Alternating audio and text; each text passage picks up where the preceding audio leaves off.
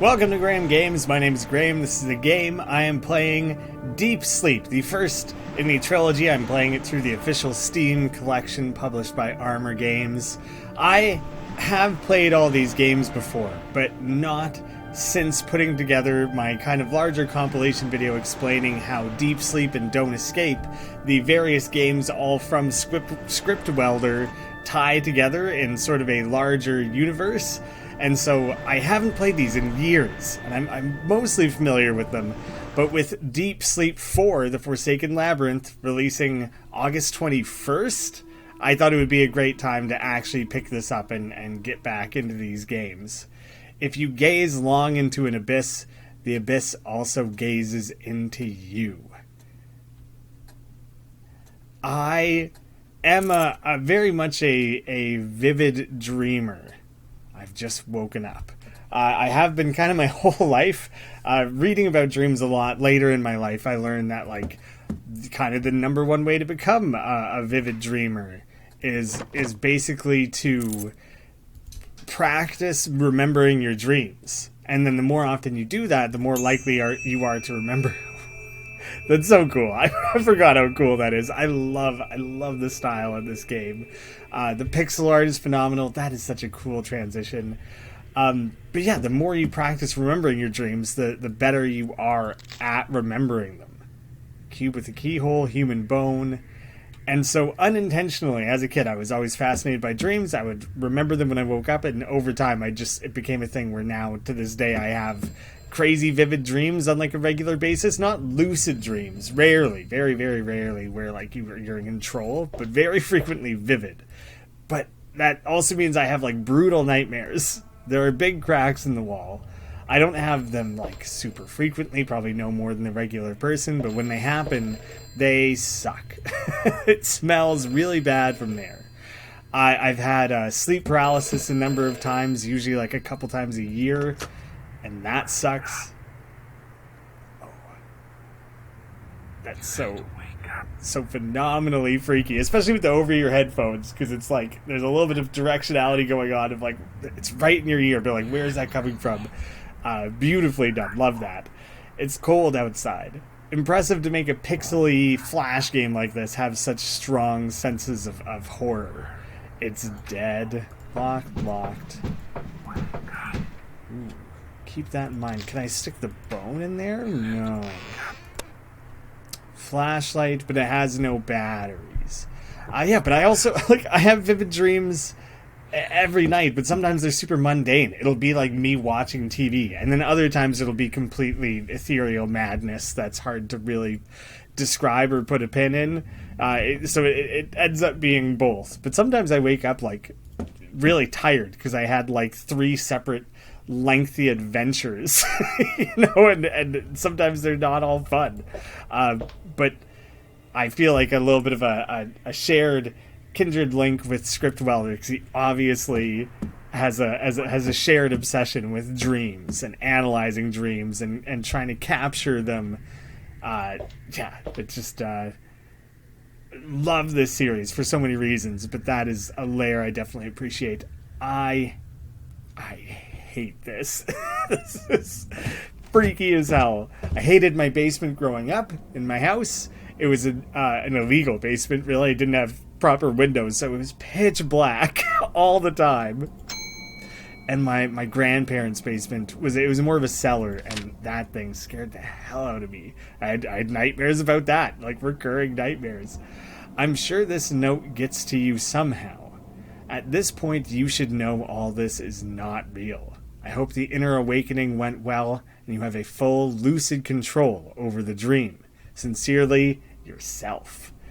I'm sure this note gets to you somehow. Very interesting that's confident. I'm going to have to rewatch my own video explaining this series to remember how all this ties together. Nothing here. I think a really common thing game devs will do, not really common, but you'll notice it, is put a static filter over top of things, and it's usually done as a cheat. When the art is static, there's not a lot of animation. It's a cheat code to make things feel a little bit more dynamic, but it's easy to see through. It's not impressive or anything. But in this game, specifically this series and Scriptwelder's work with the insanely detailed style of pixel art, it adds such incredible vibes. I love it. It won't budge. I love how it pairs together here, Puddle of Water, with his style in a way that no other game really has. Oh, it's just awful. It's too dark to see anything. Go back.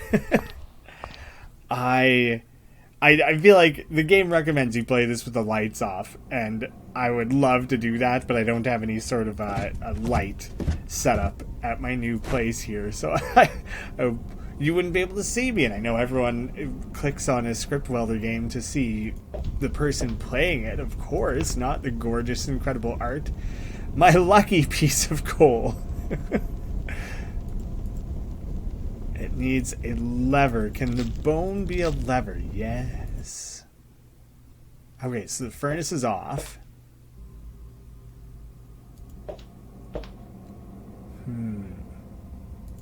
Coal in.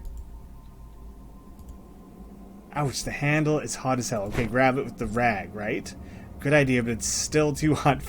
Funny that that typo carried over into the the remaster. Ooh. Genuinely, I don't remember the solution to these puzzles.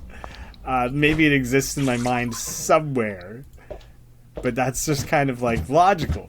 Get a cool cloth to grab it with. Oh shit, you can go right in there. Oh, the ash. The effect here of both the ash floating around and it's vaguely red tinted all throughout there. Oh, deeper. Oh, that's so cool. Oh my god, it's amazing. Oh, I can't wait for the fourth game. Oh damn, I'm shaking the entire desk. What's my movements here? Oh man. Making use of pixel art in this way to be wiping away the dust and ash, the literal pixel by pixel dust, is super cool. 050, no, 1050, or is that a 4? Well, we know it's one of the two, I think. 1050. I don't know what the coal is good for.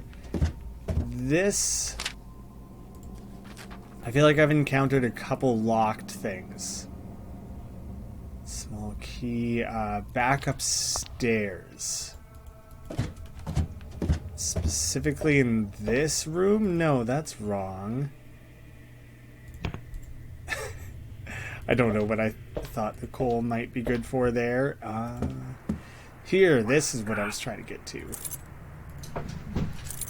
Batteries for the flashlight. And so take that to the cracked wall. That the dark room downstairs. The thing I didn't want to go do. Oh no, that's the full-on basement. This door.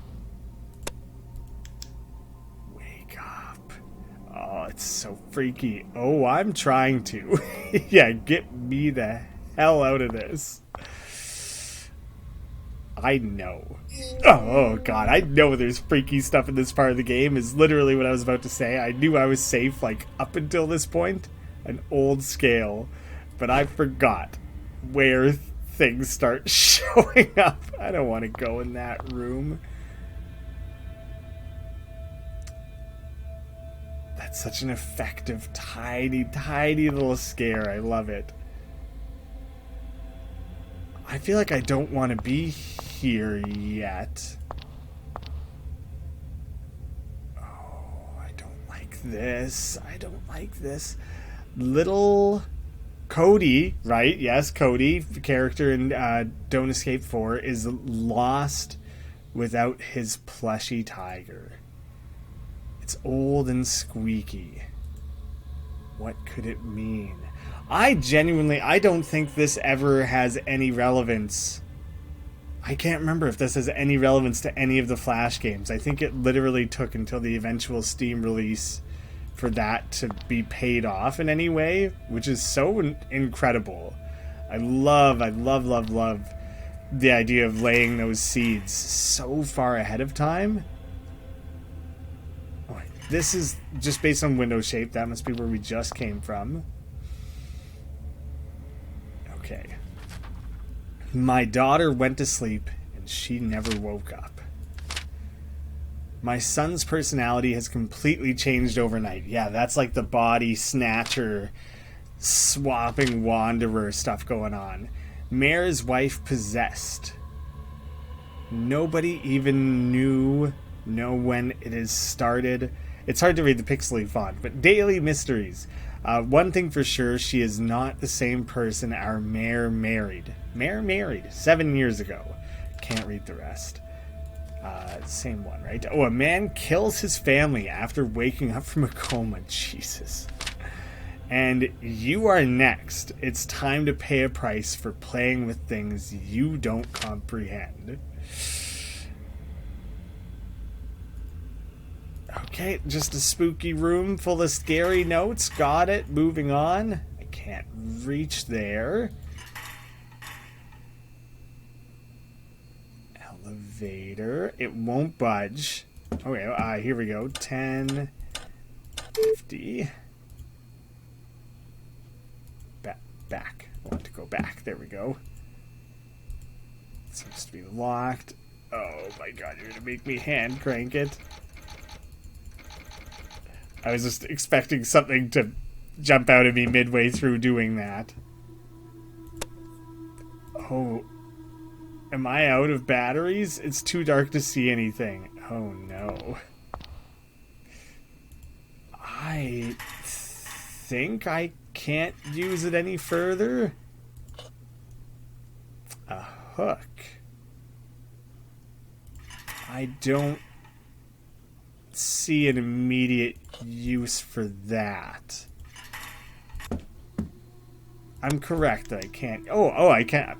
I can still use that. I don't know why that didn't work before.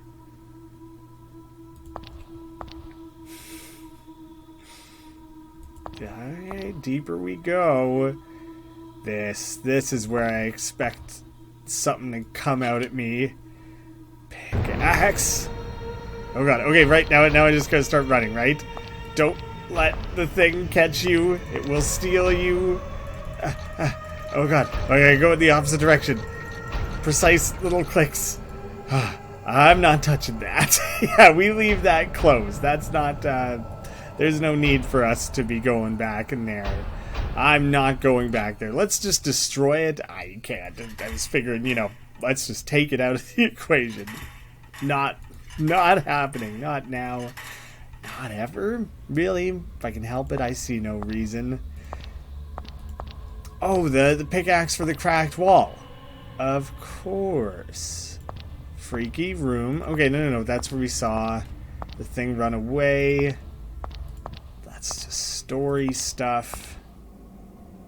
That's where the water is.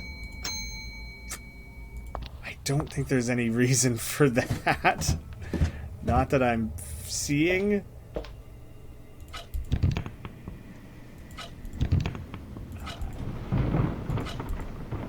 Still more cool pixel dissolving. I feel like when Scriptwelder achieved that effect, he must have been like, oh yeah, that's good, and just kept reusing it.